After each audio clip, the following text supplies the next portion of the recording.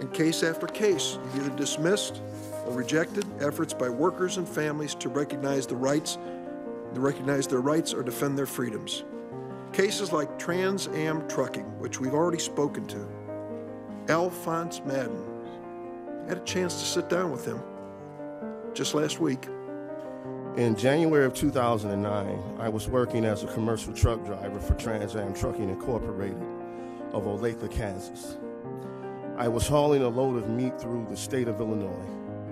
After stopping to resolve a discrepancy in the location to refuel, the brakes on the trailer froze.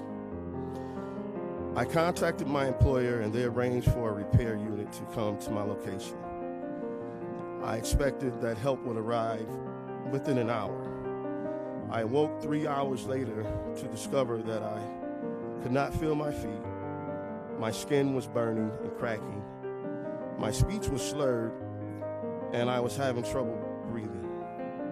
When no one came, the driver unhitched the trailer to search for assistance, because driving with frozen brakes with a fully loaded trailer would have been too dangerous.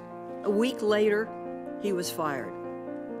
I disputed my termination from Trans Am Trucking and ultimately won. This was a 7-year battle. 7 different judges heard my case. One of those judges found against me. That judge was Gorsuch.